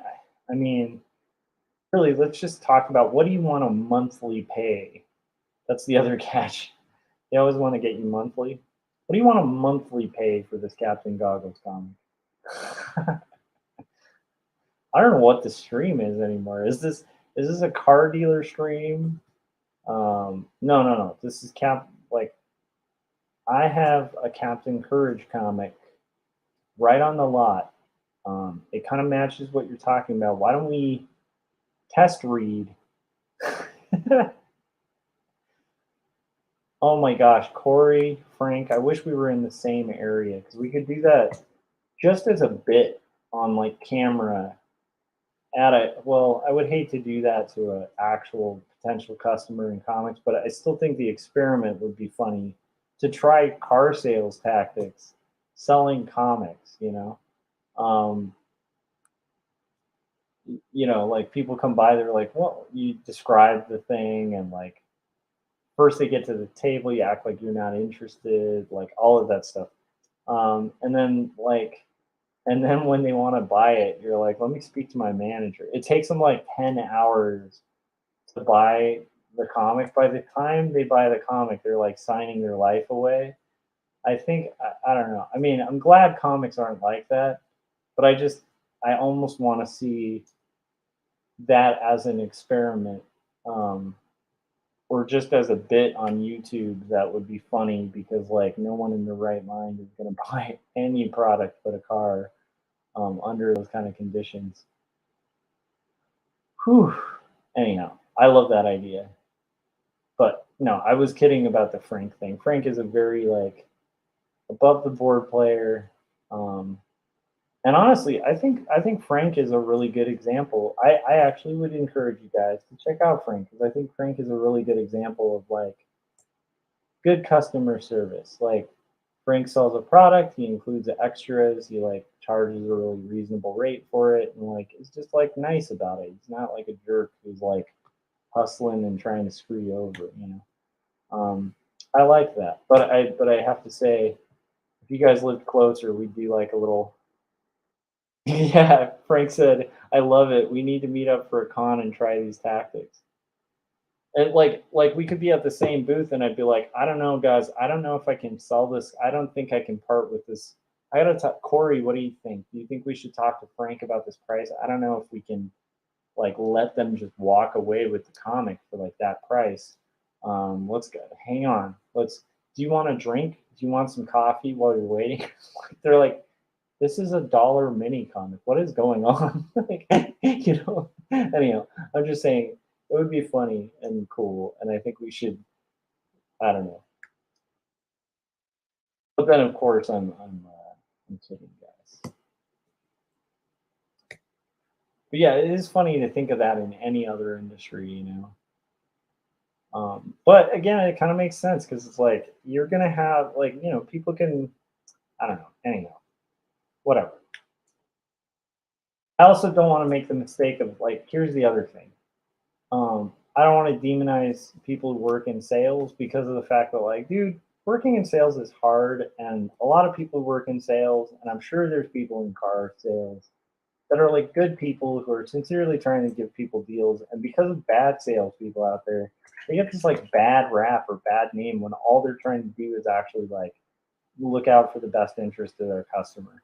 And I know that exists out there too. It's just unfortunately, for me with the car thing, it just hasn't it hasn't gone super well, like in finding that. However, I will say, like, they played ball and I got a deal that I was happy with, and like, that's what matters, I guess. Oh, I love this. Frank said, he said we don't usually do this. Yeah. And what you can do is like draw the little four square where you're just like, okay, so here's the budget. Okay, I'm gonna put that on this side. I'm gonna put the APR here, right? And they're like, wait, APR? I just want to buy this $5 comic. You're like, no, no, okay, so your APR is here. Okay, so then like here you do your little four thing, and then you're like, okay, let me go talk to my boss, see what I can do. Just give me a rate so I have something to work with. And then I'll go to Frank, and then just so that they could overhear, I'll be like, Frank, I don't know, man, can we do this? Like, I really want to do the best for this customer. And Frank's like the bad cop, like manager guy. He's just like, dude, are you kidding me? I have one of those in stock. That's all I have. I cannot work with that thing. I can't part with that. Are you joking? Anyhow, if anyone watching this works in car sales or has worked a lot or anything like that, let me know. Because like I again like I did know I did have a friend a long time ago um who worked a lot for like I'm not gonna say I was about to say the car company. And I don't want to like put him on blast or anything, but he was a pretty ethical guy. Um, and it was a hard job for him to like kind of do because he had to work along guys that were kind of snaky about stuff. But that guy actually was one of the few guys who like kind of helped me and like when we first like when my wife and I first car bought. And so he like a lot of the stuff I was talking about, like little sales tricks and stuff like that, like he kind of went over with me. And then he recommended a couple websites. I wish I could remember them because I'd suggest them too. But where they like literally just, I bet there's YouTube videos now that do this, where they'll walk you through the whole process, the whole structure and layout of like a car, like the big car dealerships, like how it works, like who's in what position, who's actually negotiating the costs, like all that kind of stuff. It's really cool and fascinating to kind of look into. But that was actually from like a lot of that I found out from my friend who was like a pretty ethical car guy. He was so ethical, in fact, that like, you know, my wife and I, like, I remember when we were looking for a car, I was like, I even asked him, because again, we had never, at this point, we had never bought a new car. And I think that he was so ethical, he was like, look, dude, like, you don't want to buy one from my dealership. He was like, for your guys' budget and stuff like that, you're probably gonna want to go with like, and he named like four other cars and stuff. And I was like, that's weird, man, because we could get you a sale and stuff. And he's like, no, you don't, you don't want to, you don't want to do that. And I thought that was really cool. But he also walked me through a lot of the different tactics and stuff. And he's like, he pretty much was like, hey, a lot of dealers are gonna hate the fact that you've read this stuff, but like at least that'll give you a leg up, and so you're not like walking out of there, paying too much. So anyhow, I had almost forgotten about that being like one of the ways we actually found out, or I had found out about some of those things. Um, but that would be so funny. Yeah. Philip said, I have to turn in. It's way past my bedtime. Yeah, I'm getting there too. I'm trying to kind of color this page. Trying to color this page here. I don't know what's going on. Do you guys? I don't know. Um, I don't even know what's going on anymore, you guys. My brain is mush. But oh, and then I forgot to mention what happened today. So today, um, this is like it's so funny. I'm becoming the thing that sometimes I'll criticize, where it's like making excuses and not making comics. Frank, what do you always say about excuses in comics? Because I'm about to break the rule. I have an excuse for like why yesterday I didn't work on comics. Or today, sorry. So we have this car now, and I am really thankful and excited about it, because it is fun. It's fun being able to like. It was a cool experience. So today we decided. Well, initially, like my wife was supposed to take my sister, um, who lives with us, my sister-in-law, um, to get like a tattoo. And one of her old friends, like is a tattoo artist. He's a really good guy and does amazing tattoos.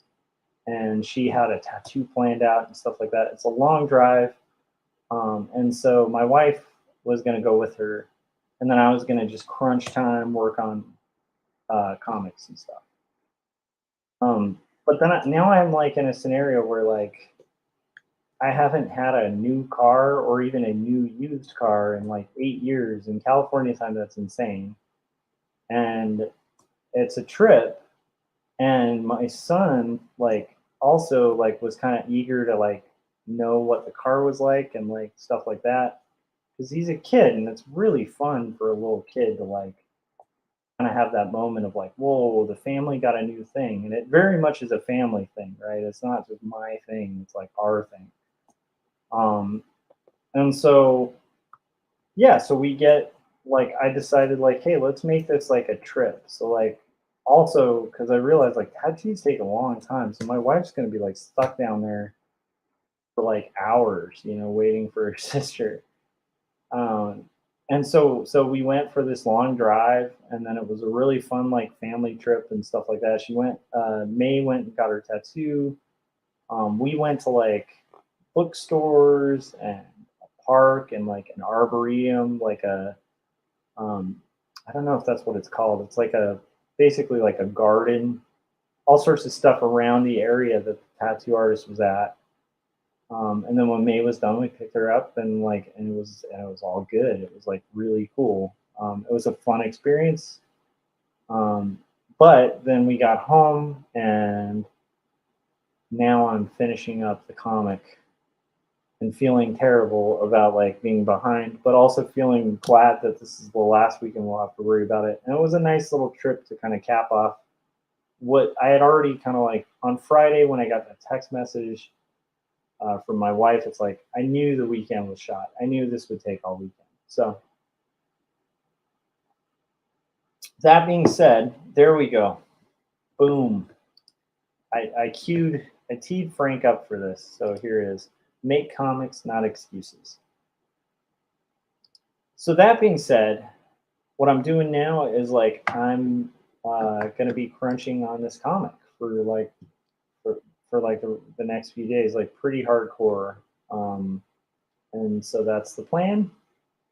And now we're almost done with the flats, but I'm gonna mess with these colors a little bit. So what do you guys think of the peach? Like it's not a peach, but it's like the kind of cool gray brownish color of the building in the background. I'm not sure how I feel about it right now, and I'm wanting to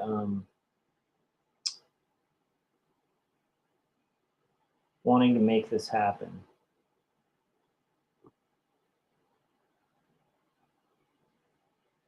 Okay.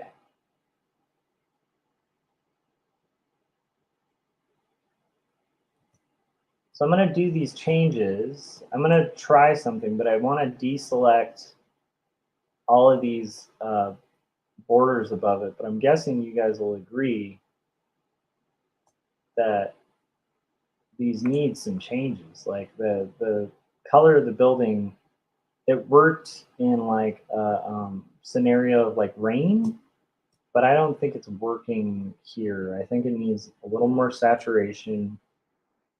And then we might need to add some lighting to it as well. Put continuous off, and we're gonna deselect some of these sections. Sorry guys, it's like drawing color selections at this point.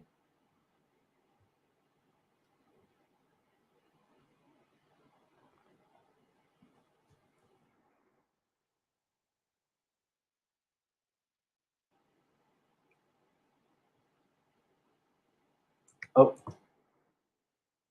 get these sections too. Do we have the whole background selected? Okay. Get through there. Because right now I'm going to try a trick with the hue saturation tool to kind of mess with the overall background just in this one panel and then in the overall panel behind it. And I think that's going to like improve the quality of this, you know?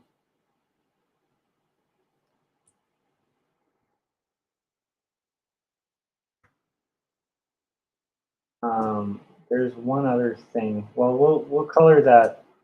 Don't let me forget that letter. There's a letter in that first panel.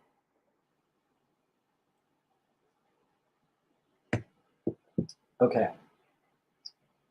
So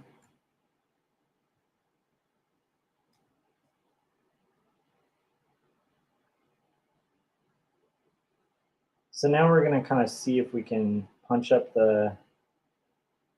yeah, okay. That's working a little better, right? I don't know, I'm not hearing any feedback on it, but I'm kind of curious if that is working better. Kind of want it a little lighter.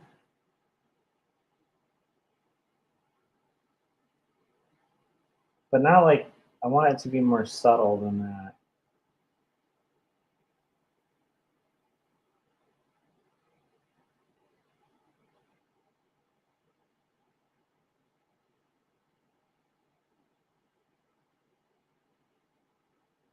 Yeah, I think that's getting there. Okay, let's look at this versus this. Yep.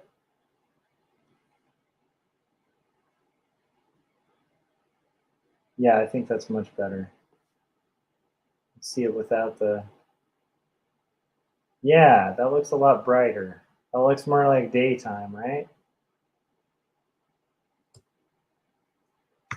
Okay, I'm saving it. But I am open to hearing what you guys have to say. Your thoughts.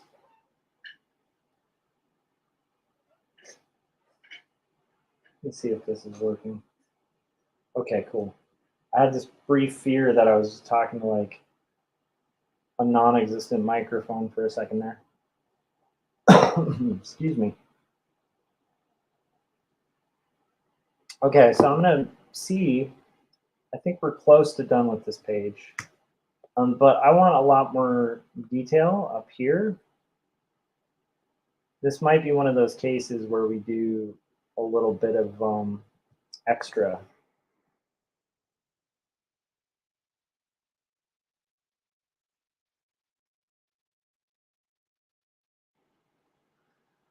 So I have this kind of rule of thumb that I've been sticking with the color where I can do rendering. So let's see if that does any good. I want basically a little more pep to this. I want it to have like a clear area. Oh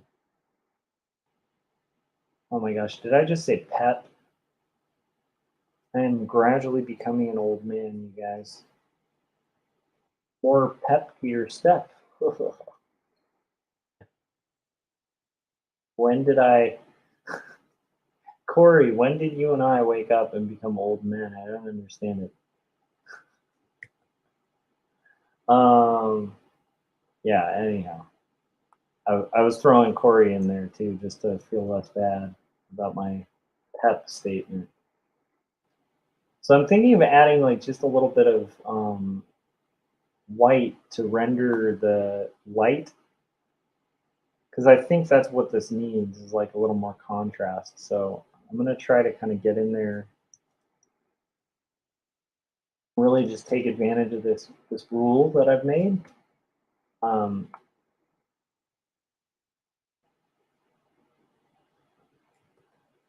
my light source, I'm pretending, is coming from like the top right.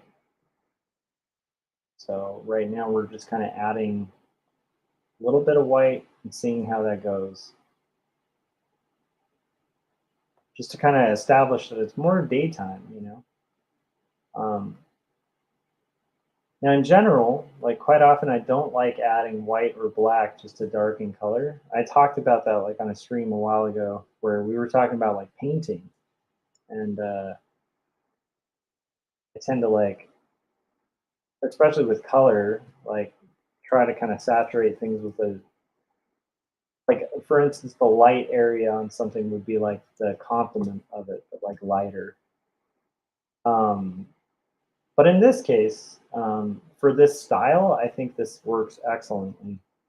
But I'm not sure how it's going to work on this particular part of the page. And so this is definitely getting into that fun kind of experimental part of art where, hey, we're going to do this.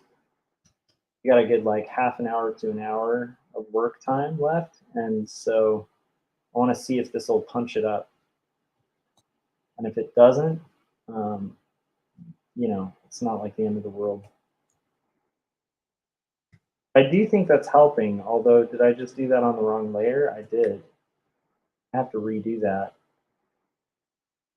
I really don't like that I did that on the wrong layer. So we're going to redo that section. Okay. Let's do it again. We have to start all over again, guys.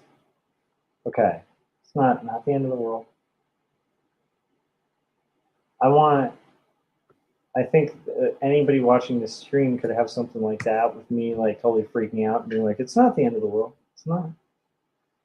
Okay.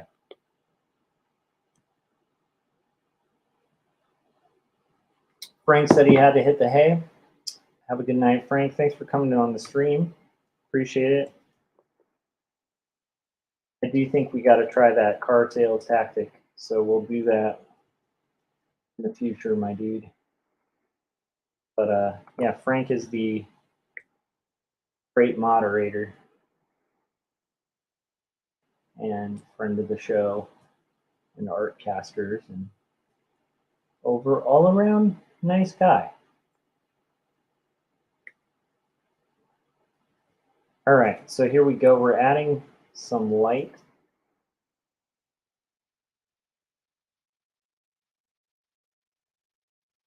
And we're doing it right this time. So if this feels like, wait a minute, didn't we just watch Josh do this? Yes, we did. I did it on the wrong layer. And I want my light source on a different layer so that if I change my mind, you can go backwards. And also, whenever you're doing flat colors, you want to keep a layer at least that's like got your flat selections on it, because that's like your masks, you know, to work with them. So I know, exciting times, guys.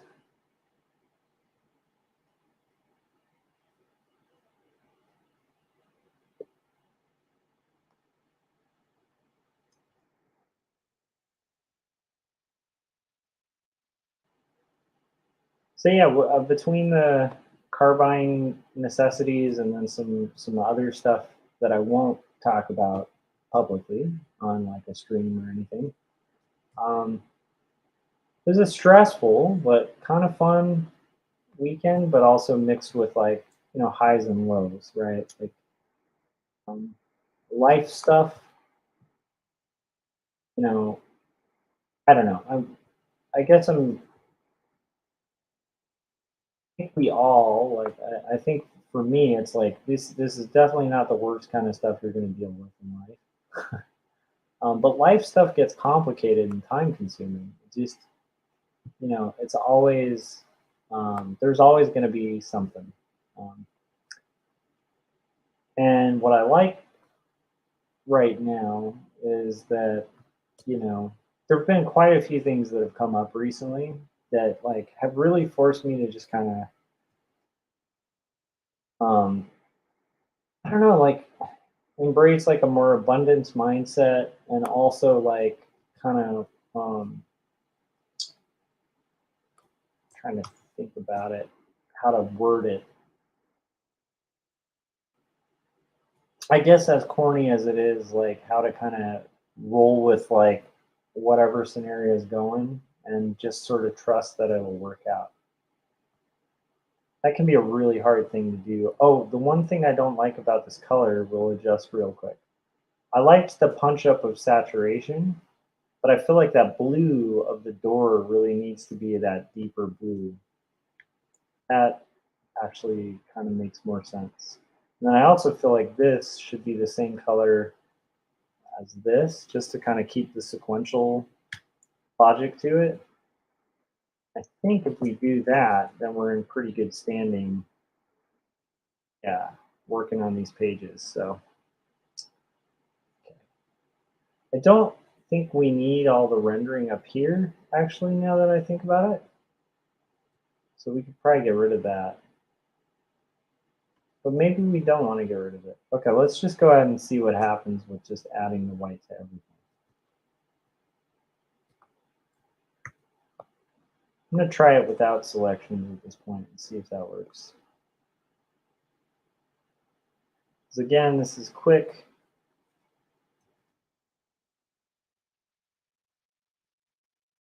Just establishing there's like a lighter area. Now establishing some lighting. definitely going to have it on the windows here. Oh, I like the idea of having it a little bit on the doorway.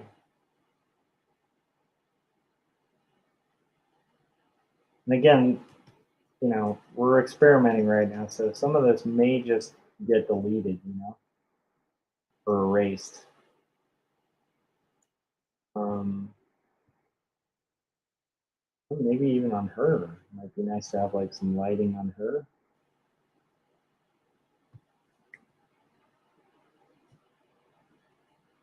And on the kid.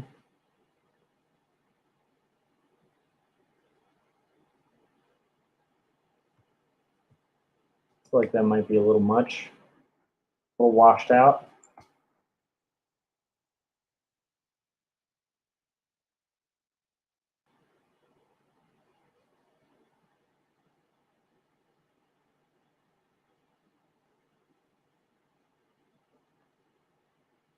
Hopefully this kind of makes sense what I'm doing. So it's like I have my flat layers, and I'm kind of doing this like adding like this lighting to it just to kind of brighten it up a bit. I think it's working, but maybe I'm wrong.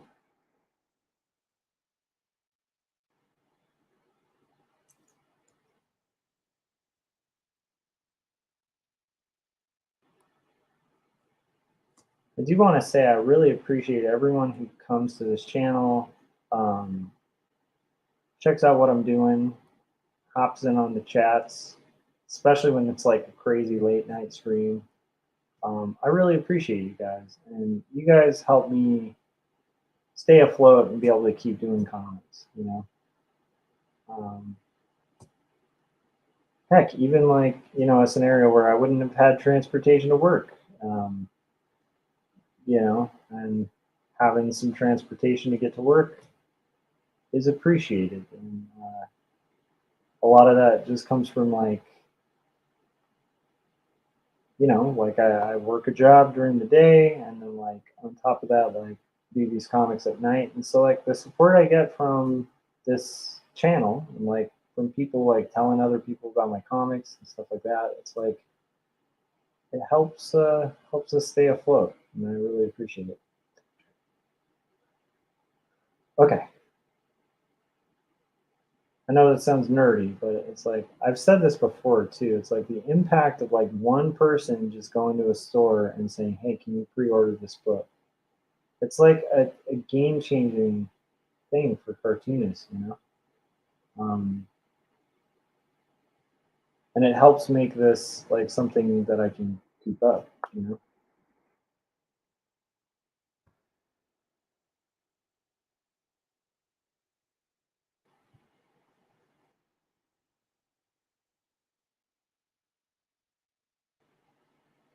So okay, I'm just gonna kind of just for fun see what happens if we do just a little bit of light on these panels, just because hey, it's daytime, right? We're kind of heading out into the daytime. It's going to very quickly change time of day too.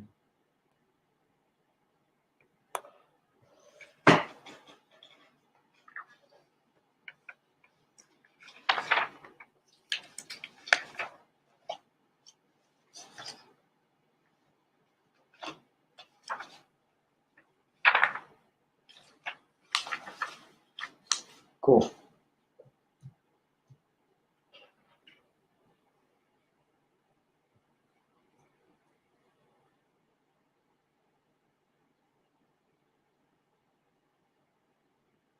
So right now we're just doing a little bit of soft lighting, nothing huge.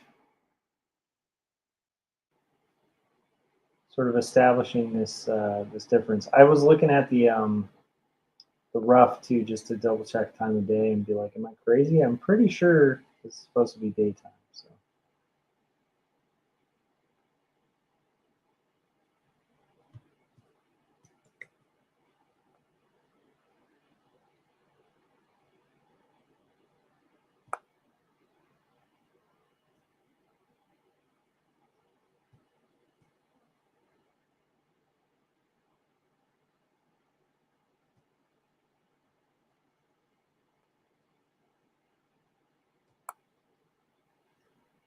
great thing about an experiment like this, you know, you can get in there, try it out, and if it doesn't work, always start over, you know.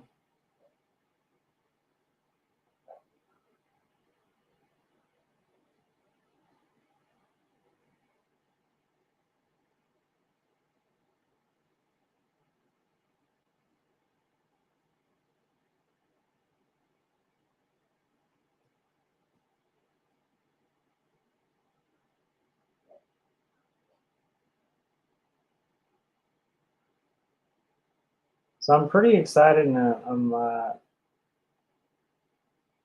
happy to get back to comics. You know, this is something I know about. It's like I was just kind of riffing on cars and stuff like that. It's like I don't know anything about cars. I don't know a lot about business. I mean, I know enough, but it's like I don't not about cars, but like business and stuff. Um, but it's like this is my thing. Like this is me being in my zone. So it's nice to like, you know, from a thing that I like have unfortunately had to like get okay at, but not great because I really like I don't know if there is a way. I don't know. Yeah, it's just really nice when you deal with life stuff that's all over the place to like get back to your zone, you know, and work on stuff that you know how to do. That feels good, you know. So that's getting better. I feel like it's washing out on a couple of these panels. So I kind of want to tone it back. I think for the broader, bigger panel, this is definitely a keeper, the white. So I'll show you guys the difference. So this is with the lighting, and then this is without. And I feel like the lighting is definitely working for the base panel. It might even be working for this one. But I want to get in there and really refine it. Like, so we're not just kind of arbitrarily making things light in certain areas, you know? Like the hat, how that came out. But I'm just going to remove the white. Again, this is all on a different layer, so it's totally doable.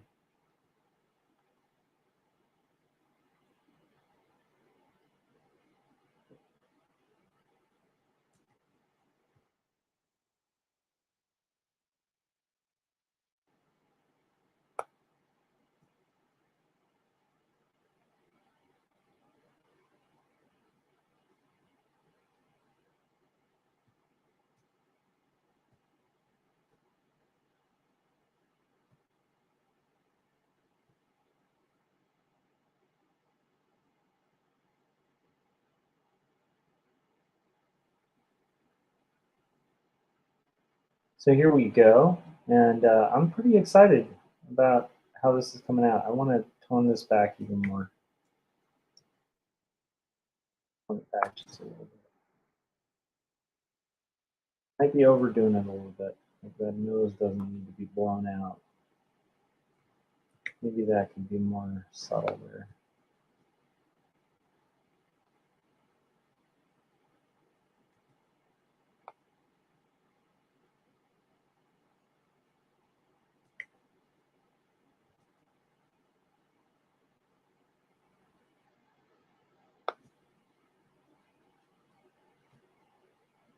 Really don't like how blown out this is on the hand. I think we're almost going to get rid of the white altogether.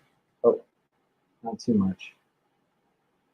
Then like the majority of this, we're going to get rid of quite a lot of the highlight. Just so it brings back the, because here's the thing, when you are lightening things with the color white, it's going to desaturate a lot of the color around it. And so it's like this push-pull. And this is a really loose kind of way that I've been coloring this comic, you know. It's a much less scientific way than like Jacobs. Like when I was doing Jacobs, I'm doing CMYK percentages and very saturated like light sources and stuff like that. In this case, it's like I'm going for more of that Arnold Lobel, Frog and Toad kind of style. Although I shouldn't. It's like weird to compare because it's like I don't think I'm as good as Lobel at all. That guy was amazing. But it's the same kind of, it's inspired by his technique, you know. I do want a little bit here to punch that up, right? This doesn't require a ton to kind of make the effect.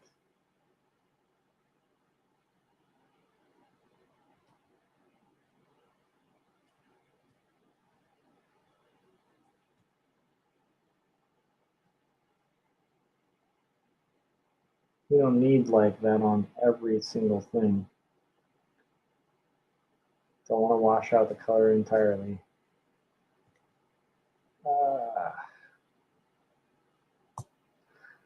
Cool.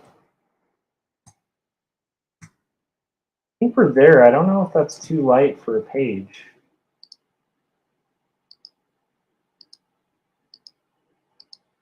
I'm also wondering, again, okay, now we're going to do some experimentation. So now I'm wondering if we're going to be better off with just, as was originally planned, no shading on these. I have a copy of the shaded part so that we can experiment with this. So let's see what it looks like with these panels just kind of flat again, just to kind of keep it in that flat realm.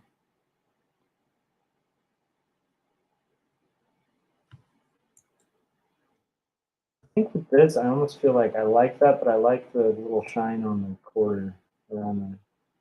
It's not a quarter. I looked up the monetary thing. I think it's like a. Oh my gosh, I don't even remember. Like a shilling or something.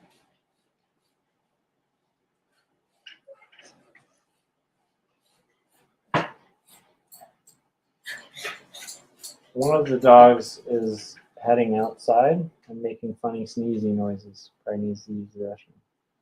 All right. Wow. Okay. I think that's the keeper. Because if I do this, it's just like it's a little too much. I think if I do this, it's like nice and subtle. And that kind of says what it needs to say. Okay. What I'm going to do here is consolidate. So we're going to save. We're going to merge this down.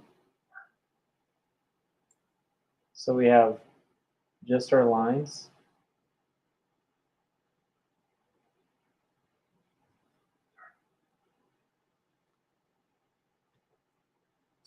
We're going to do multiply. And then we're going to save.